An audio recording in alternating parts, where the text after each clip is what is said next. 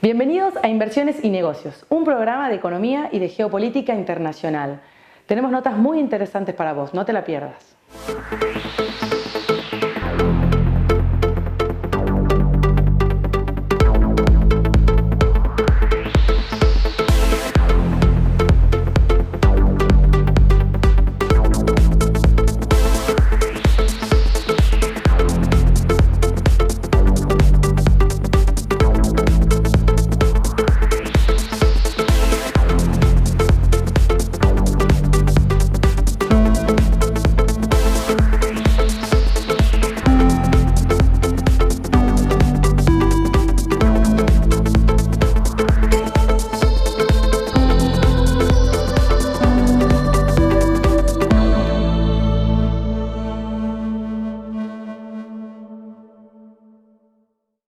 No te muevas, que ya llega la columna de nuestro máster en finanzas, Roberto Rico. Jeremy Powell ha avisado, hay un rumor de que Jeremy Powell, el presidente del Banco Central de la Reserva Federal de Estados Unidos, cabría la posibilidad de que la tasa en vez no solo se ancle, sino la posibilidad de que baje medio punto, dada el contexto de recesión a nivel mundial, con los fantasmas que están dando vueltas, por un lado el trade war, por otro lado la salida de Inglaterra del Brexit. Pero todo eso, son las variables externas, han favorecido también en esta economía nuestra que venía muy golpeada y de alguna forma es como un pequeño viento de cola que le está soplando el gobierno, donde ha permitido, a través del ancla del dólar, la baja, por ende, se produce una baja en inflación, también está logrando una baja de las tasas, dado por la cosecha gruesa que está entrando de dólares.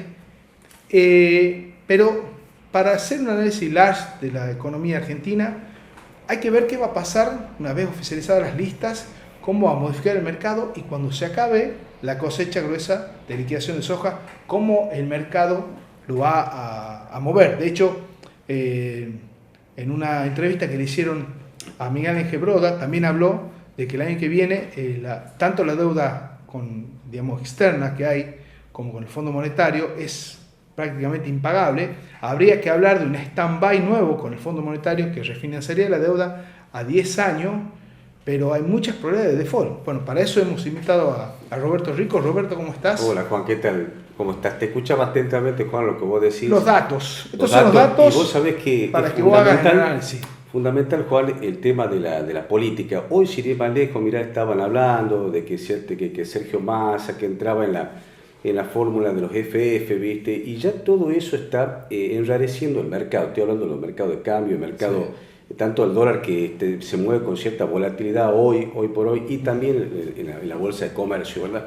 Yo creo que todo va a depender de los candidatos, primero que presenten sus listas oficiales, ¿verdad? Las que van a ir a competir tanto por las PASO como para elecciones definitivas, y eso va a tener la economía, eso la está manejando sin duda alguna. ¿Por qué? Porque el exterior también mira, vos me decías, estamos viviendo una época en donde el trade war está encarnizado con China, si bien ya pusieron un stop ahí, ya Trump dice, bueno, vamos a ver, vamos a estudiar las posibilidades, está el tema de Hawái también. Pero el tema que más nos interesa es lo que dice Broda, cómo llega la economía a fin de año. ¿Sí? Se habla de que vamos a tener el LELIQ por arriba de 1.1 billones, claro, y la base 100.000 millones más que la base monetaria, y con un 2020, al renegociar. ¿Cómo ves eso vos? Sí, yo creo que primero va a haber que ver qué candidato es el elegido como presidente, porque ahí va a haber dos alternativas. Si sigue el gobierno que está, ¿verdad? Porque el FMI, el contrato que tuvo, el trato es con este gobierno, ¿verdad? Bueno, pero más allá de eso, tiene que ver qué candidato. Alberto Fernández es el peronista que más entradas en la embajada de Estados Unidos tiene, sí, y es un neoliberal. Eso neoliberal, por eso que la fórmula es, ¿te acuerdas la fórmula es que todas están viendo, decir, che, va a funcionar o no esta fórmula? Porque bueno, está Cristina con un neoliberal ahí, que lo elige de presidente prácticamente a dedo. Claro, pero hablando de la cuestión económica, el año que viene, ¿sí? ¿Cómo llegamos a fin de año? ¿Y qué va a pasar el año que viene en cuanto a, haciendo las dos hipótesis? Porque, podríamos hacer tres hipótesis, supongamos que gane Macri, va a tener que ver, a ver cómo enfrenta. Tiene que renegociar, Juan. Bien. Después, Alberto Fernández, un moderado dentro de la economía, veamos cómo él, y si va ya con mucho poder por atrás el kirchnerismo que no negocie con el fondo, entraremos en default. Pero en los tres casos se habla de probabilidad de default. Hay probabilidad, ¿por qué, Juan? Porque realmente vos tenés una economía que todavía no terminó de arrancar, no arrancó, ¿verdad? Ese es el tema, Juan, no arrancó.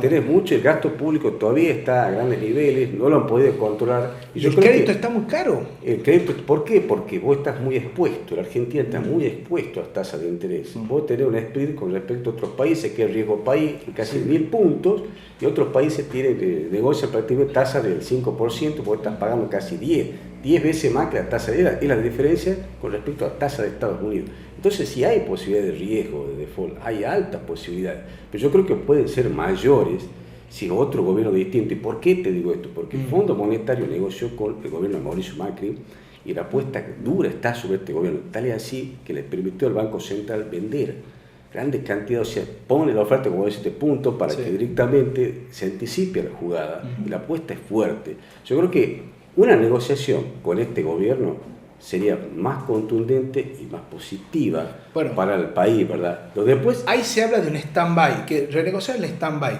Decían de que toda la deuda del Fondo Monetario, en vez de devolverla en 2 o 3 años, se podría hacer a 10 años. 10 años. Después, ¿cómo se para estas LELIQ, digamos? ¿Te acuerdas cuando desactivaron el EVAX?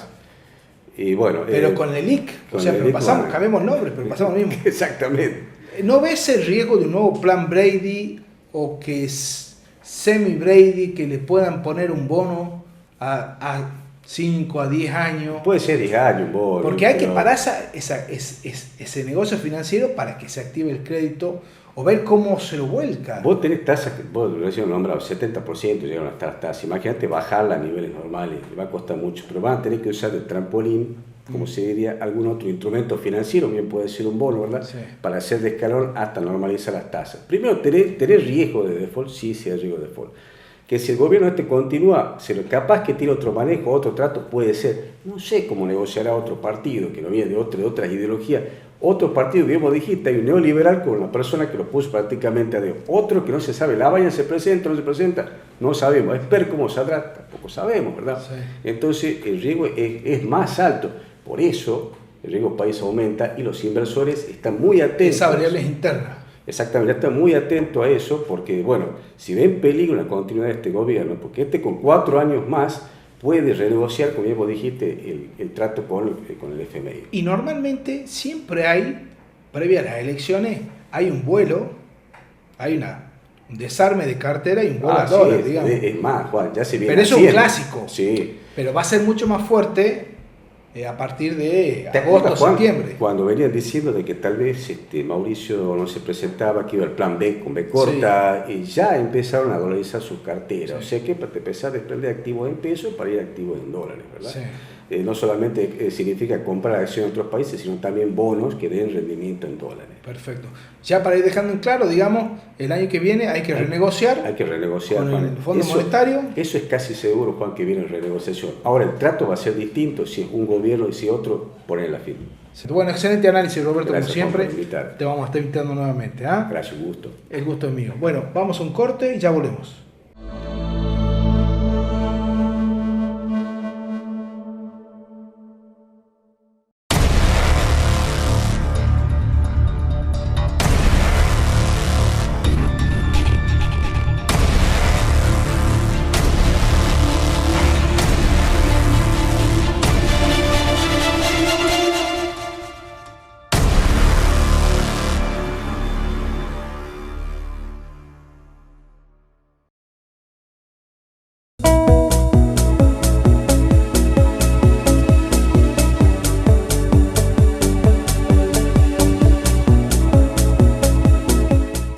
Tenemos ahora una interesante entrevista con el empresario inmobiliario Leonardo Steinberg. Bueno, con un dólar prácticamente planchado, la inflación cediendo, pero las tasas no bajan de 50 a 55, prácticamente no hay crédito. Y se ha parado todo frente a las elecciones, cambios presidenciales, casi no hay inversión en lo que tiene que ver, digamos, movimiento económico en lo que tiene que ver en el mercado inmobiliario. Pero para entrar en profundidad en el tema, es que lo hemos invitado a Leonardo Stenberg. ¿Cómo estás, Leonardo? Leonardo es de Stenberg Asociados, inmobiliaria y consultoría en capacitación y formación.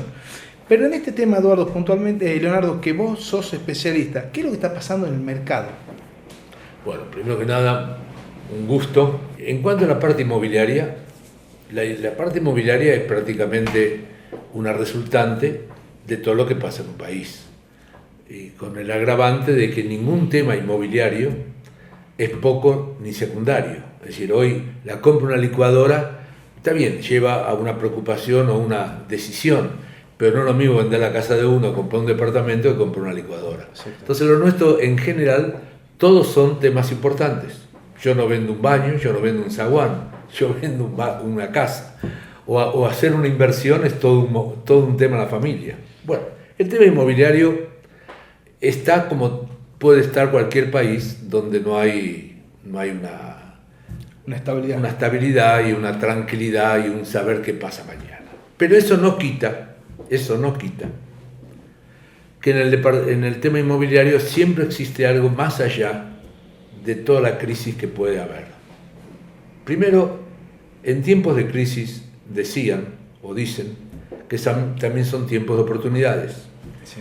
¿Por qué? Porque quiere decir que hoy puede haber algo en venta o libre que nunca hubiera estado, lamentablemente por alguna decisión o una razón mala o preocupante, y yo puedo hoy aprovechar, comprar algo que nunca se me hubiera vendido. Ejemplo. Pero fundamentalmente el tema inmobiliario no pasa solamente porque todo el país tiene que estar fantástico. El tema inmobiliario, a mi modo de ver, siempre, hace 30 años que yo hago esto, y siempre poco a poco fui aprendiendo que existe algo que es muy importante. Tiene que haber un motivo dominante de por qué compro y por qué vendo. El motivo dominante significa que más allá de un dólar alto, un dólar bajo, en mí tiene que haber una razón dominante e importante de por qué tomo una decisión. Entonces, te contesto, hemos pasado ya 4 años, el país está en una...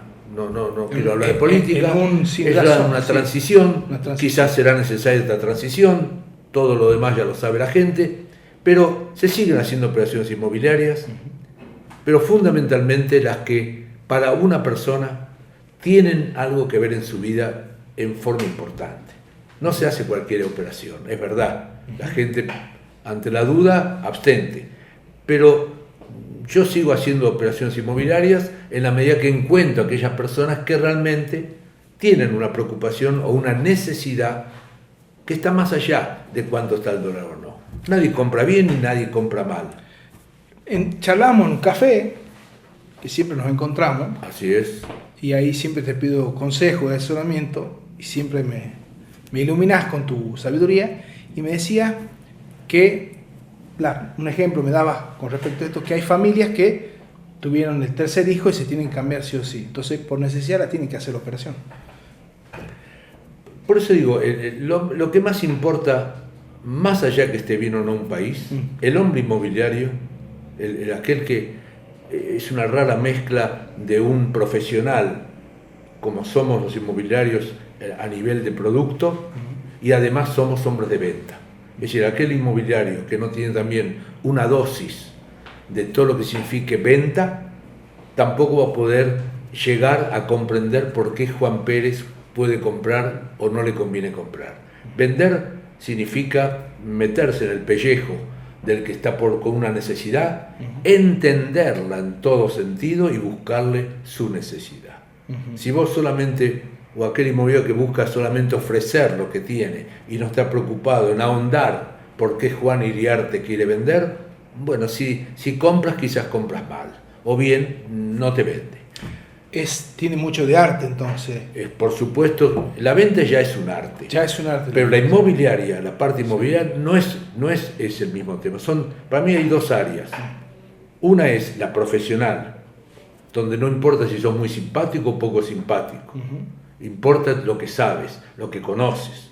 Hoy el inmobiliario tiene un principio en toda operación que se llama tasación. La tasación de un inmueble es el principio de cualquier operación inmobiliaria. Tasas mal tasas equivocadamente, no vendes y no venderás. ¿Por qué? Porque nació mal la operación. ¿Cómo lográs también tasar bien? Con un país así revuelto, no perdiendo el eje. ¿Cómo se logra eso? Y muy simple, eso es la única ventaja. Yo no quiero decir que los 30 años míos, por tener de trabajo en inmobiliaria, es porque yo soy mejor que algún nuevo colega que tiene un año de antigüedad y es un inmobiliario. Pero vos tenés la mira súper afilada. ¿A qué voy? Sos un francotirador, digamos. ¿A qué voy? Pero ese hombre que hace un año que hace inmobiliaria es brillante quizás, pero en la parte inmobiliaria es muy importante lo que se llama la comparación. Y eso te lo dan, no digo los años, sino las operaciones que has hecho y cómo estás constantemente analizando los valores de las propiedades. A mí no me cambia el eje de mis números porque el dólar se fue de 20 a 40. No niego, sigo la corriente, no voy a negarlo, pero no me quita el eje de saber cuánto valía o cuánto vale tal zona. Las zonas tienen un valor, la ubicación es muy importante. No va a cambiar. Entonces, no es fácil, en ningún momento, esto no es sencillo, pero fundamentalmente es no perder el eje de lo que uno cree que valen las propiedades. Excelente. Y con respecto a lo que me decías, me acordaba de lo que decía George Soros cuando le preguntaban a él cuál era su negocio. Y él decía simple, yo compro cuando todos venden y vendo cuando todos compran. A lo que voy, que en la época de crisis están los Soros dando vueltas. Por supuesto que sí. Por supuesto. Además, ojo, estamos en un país, mi país, no en un país, soy acá. Comemos en castellano y vendemos en inglés. Es medio raro. Es muy esto. raro. Sí, entonces, para no poner un adjetivo peor, sí, yo solamente digo que no sería lo correcto. Bueno, brillante como siempre, Leonardo. Muchas gracias por haber venido y seguramente te vamos a estar invitando nuevamente. Muchas gracias, encantado. Gracias a vos. Vamos a un corte y ya volvemos.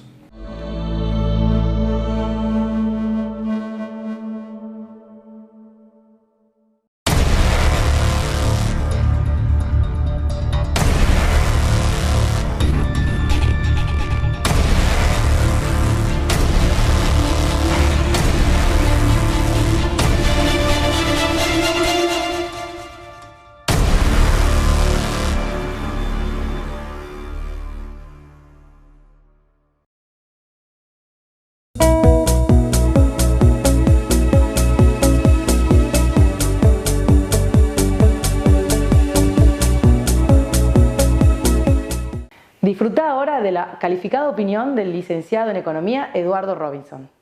Bueno, para analizar la economía en corto plazo con un dólar planchado que ha impactado y ha logrado que disminuya también la inflación, por ende también la tasa está bajando con una cosecha récord. Pero para entrar en profundidad en el análisis short, hemos invitado a Eduardo Robinson. ¿Cómo estás, Eduardo? Hola, Juan. Muchas gracias por invitarme a tu programa. Te hemos visto con Esper, con José Luis Esper, ahí en la UNSTA. Y bueno, contanos un poco en un short y lo que charlaste con lo que pudieron ver con José Luis Esper. Bueno, básicamente a mí lo que me tocó por invitación de la UNSTA es básicamente la presentación de su libro, que es La Sociedad Cómplice. Así que la verdad que bueno, he estado trabajando en la lectura del libro de José Luis Esper. Yo creo que lo que plantea el libro básicamente es como su título lo indica, es decir, que la sociedad durante muchos años ha sido cómplice de los problemas que ha ido acumulando la macroeconomía en los últimos años, en las últimas décadas desde esa visión. Y bueno, independientemente de que uno pueda o no coincidir con los puntos de vista de José Luis Esper, entiendo que plantea en cierta medida un programa para la Argentina que básicamente pasa por una reducción muy fuerte del gasto público, por insertar a la Argentina rápidamente en el comercio mundial, por trabajar con todo lo que tiene que ver con los planes sociales y todo eso en el sentido de rever toda esa situación. Entonces, de lo contrario, según su visión, los problemas de la Argentina no se van a solucionar y vamos a seguir girando un poco en términos de lo mismo, ¿no? Entonces, yo creo que plantea cuestiones que hoy por hoy, desde el punto de vista político, me parece que lucen poco atractivos, pero que es una visión de la economía que me parece que podríamos empezar a mirar, porque los problemas es verdad que continúan, con algunas tónicas distintas, con matices diferentes, con distintas administraciones gubernamentales, pero que en gran medida los problemas los vamos teniendo en mayor o menor magnitud, ¿no? Y ya entrando en el análisis corto, ¿cómo ves la economía con estas tres variables? El dólar parado, si planchado, Sí. ha generado también, ha impactado para que empiece a ceder la inflación y una baja de las tasas. ¿Cómo lo ves? Bueno, en primer lugar está empezándose a ver el programa monetario, te diría yo, que está acordado con el Fondo Monetario Internacional, claramente, que pasa por un programa que tiene que ver con astringencia monetaria. Entonces esto estamos viendo que hay una desaceleración de la tasa de inflación, que a partir de fines del mes de abril el Fondo Monetario autorizó a que el Banco Central pueda intervenir en lo que había definido antes como la zona de no intervención. Sí. Entonces eso me parece que el solo anuncio de haber expresado esto está en alguna medida tranquilizando al mercado cambiario, pero que va a estar muy condicionado por el resultado de las PASO, ¿no?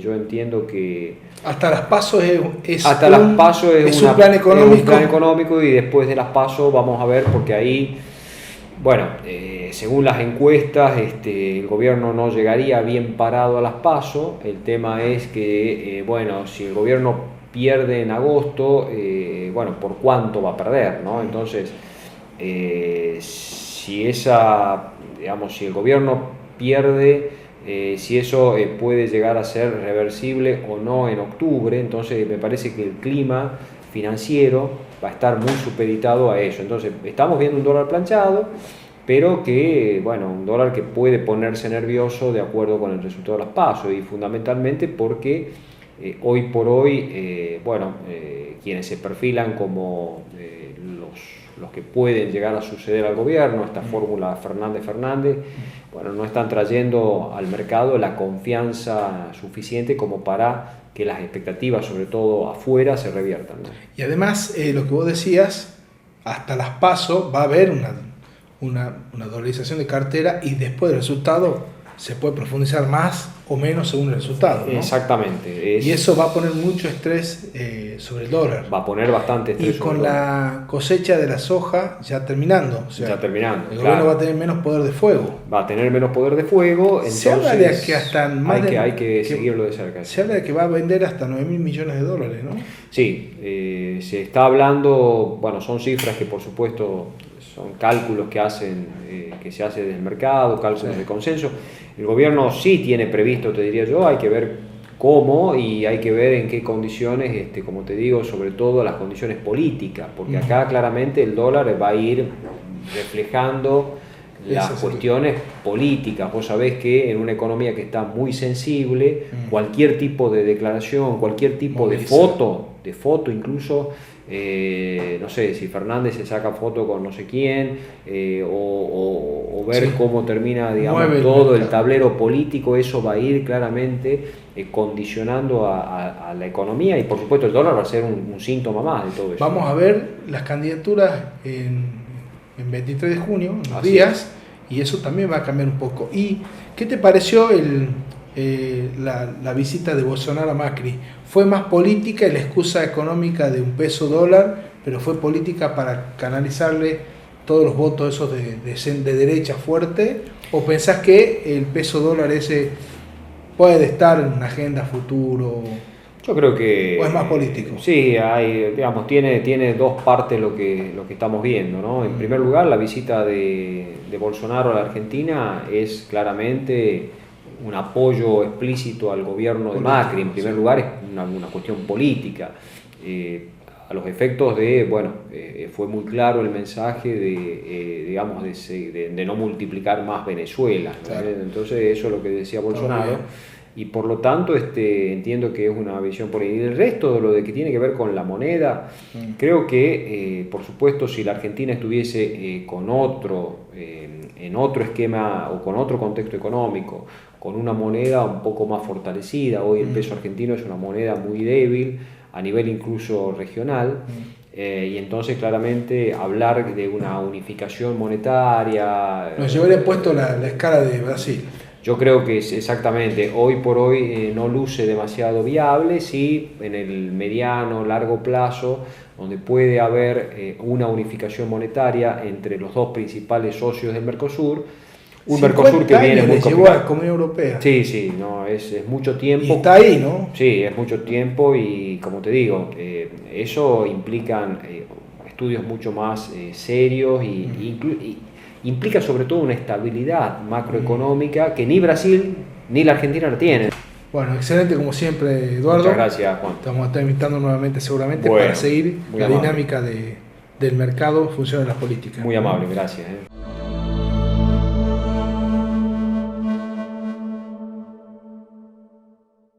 Llegamos al final de nuestro programa, espero que lo hayan disfrutado y no queremos irnos sin antes agradecer al Hotel Garden Park por habernos prestado las instalaciones para grabar este programa. Que tengan una linda semana.